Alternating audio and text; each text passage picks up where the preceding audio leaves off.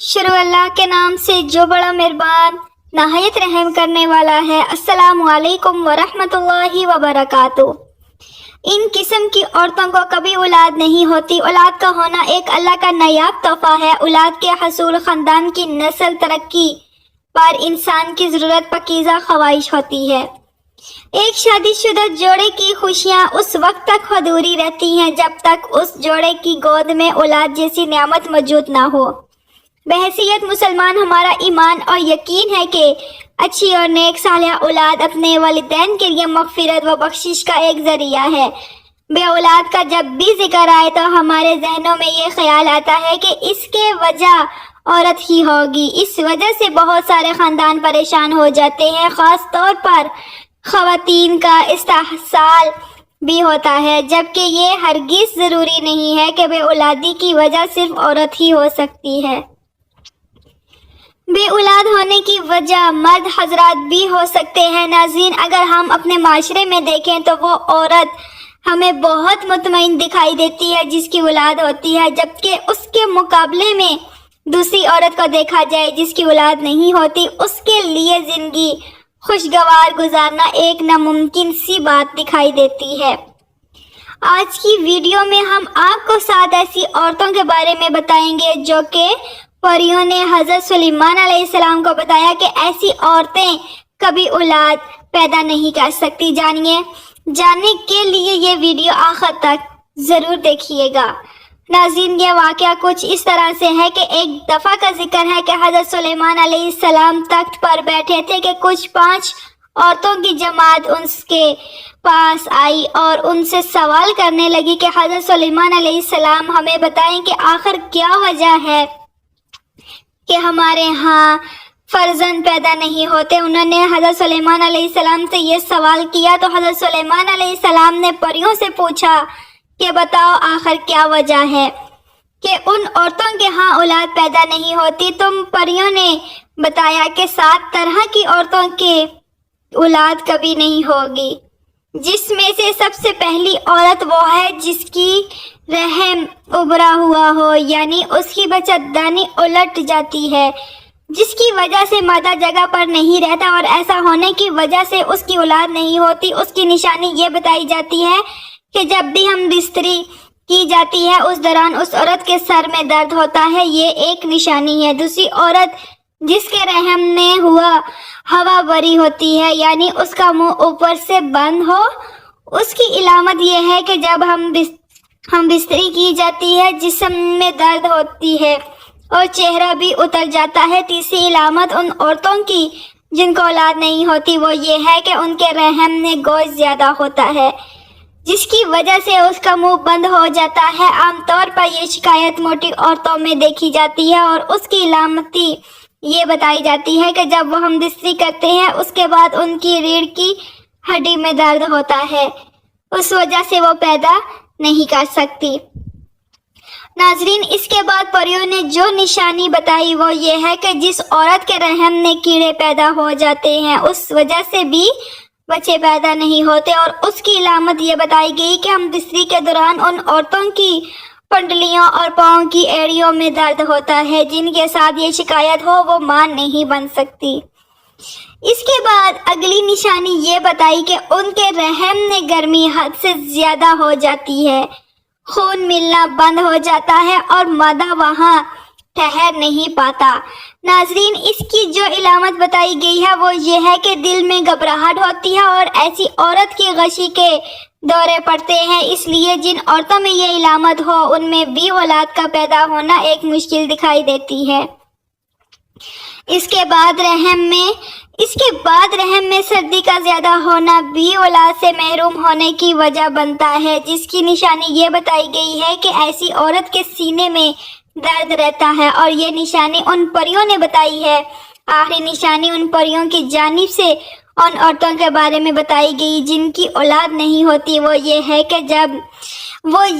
کہ ان میں عجیب جنات طاری رہتے ہیں، اسیب کا سایہ رہتا ہے اور وہ اس کے اندر بچہ مار دیتے ہیں۔ جو مادہ کے رحم میں مختلف چیزیں ہوتی ہیں ان کو ختم کر دیتے ہیں۔ ناظرین، اس کی نشانی یہ ہے کہ اسے ہم بستری کرتے ہوئے درد محسوس نہیں ہوتا اور نہ ہی ہم بستری کرتے ہوئے اسے لذت محسوس ہوتی ہے۔ یہ وہ 7 عورتیں ہیں جن کے بارے میں حضرت سلیمان علیہ السلام کی بارگاہ میں آنے والی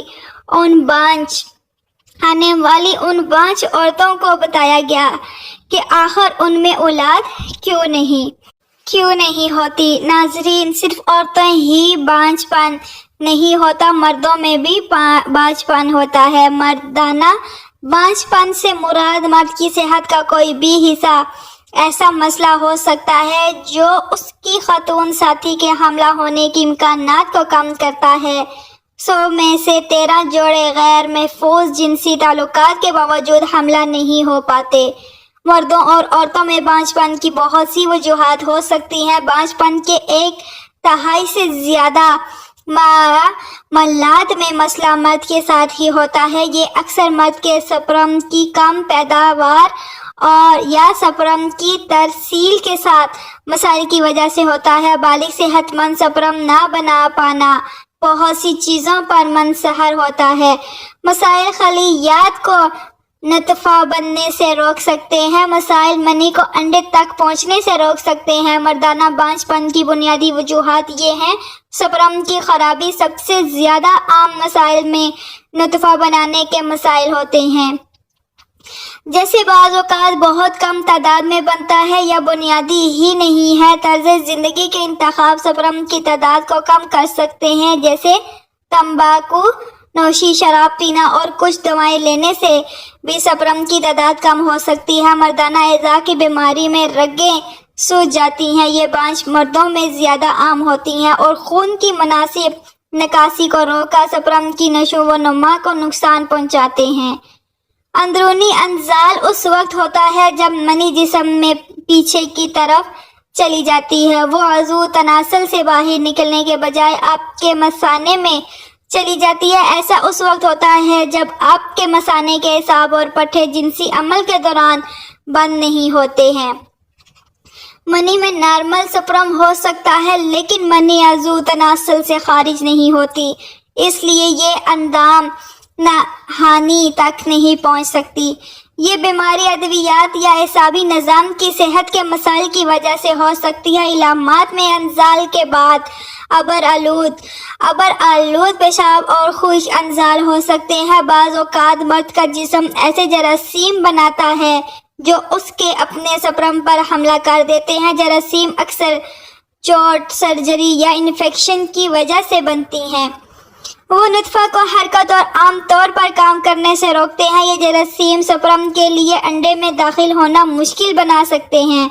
ناظرین، یہ تھی کچھ ایسی وجوہات جو بے اولاد حق سبب بنتی ہیں۔ ناظرین، ہم دیکھیں تو عورتوں کو اس حوالے سے دیکھا جاتا ہے، قصوروار اٹھایا جاتا ہے، جبکہ ایسا نہیں ہے۔ عورتوں کے بجائے کبھی مردوں میں بھی نقص ہوتا ہے، لیکن ہمارا معاشرہ اس چیز کو ماننے سے قاصر دکھائی دیتا ہے اور اس بات کو تسلیم نہیں کیا جاتا، جو کہ بالکل ایک غلط بات ہے۔ بے اولادوں کے لیے انتہائی مجرب وظیفہ، قرآنی وظیفہ آپ کو بتا دیتے ہیں، جو میاں بیوی اولاد کی نعمت سے محروم ہوں اور ڈاکٹر حکیم و طبیعت علاج سے عاجز آ چکے ہوں، ان کو چاہیے کہ وہ اللہ تعالیٰ پر کامل بھروسہ کرتے ہوئے انتہائی توکل اور یقین کامل کے ساتھ روزانہ صبح و شام باوقت نماز فجر اور باوقت نماز مغرب 21 مرتبہ اس آیت مبارکہ کا وظیفہ کریں اور اللہ تعالیٰ سے اولاد صالحہ پیدا ہونے کی دعا کریں۔ یاد رکھیں، اس عمل مبارکہ سے پہلے اور آخر میں 11 مرتبہ درود ابراہیمی پڑھنا ہے۔ انشاءاللہ تعالیٰ اولاد نرینہ پیدا ہوگی۔ اور قرآنی عمل مبارک یہ ہے جو کہ قرآن حکیم کی پارہ نمبر 21 سورہ سجدہ کی آیت نمبر 7 سے 9 ہے، جسے میاں بیوی نے پڑھنا ہے جو اس مشکلات سے دوچار ہے۔ اس آیت کا ترجمہ کچھ اس طرح سے ہے: وہ ذات جس نے جو چیز بنائی موضوع ترین بنائی، اور انسان آدم علیہ السلام کی پیدائش کی ابتدا مٹی سے فرمائی، پھر اس کی نسل حقیر پانی کے نچوڑ مادہ حیات سے پیدا کی، پھر اس نسل کے اعضاء کو متناسب بنایا، اس میں اپنی طرف کی روح پھونکی اور تمہارے لیے کان، آنکھیں اور دل پیدا کیے۔ اس کے باوجود تم بہت ہی کم شکر ادا کرتے ہو۔ ناظرین، خواہش اولاد پورے ہونے کے بعد صدقہ خیرات لازمی کریں۔ اللہ پاک تمام بے اولادوں کو نرینہ اولاد عطا فرمائے اور ہمیں پرسکون صحت مند زندگی عطا فرمائے، آمین ثم آمین۔ مزید ایسی معلوماتی ویڈیو دیکھنے کے لیے مجھے لائک کیجیے، کمنٹ باکس میں اپنے قیمتی رائے کا اظہار ضرور کیجیے۔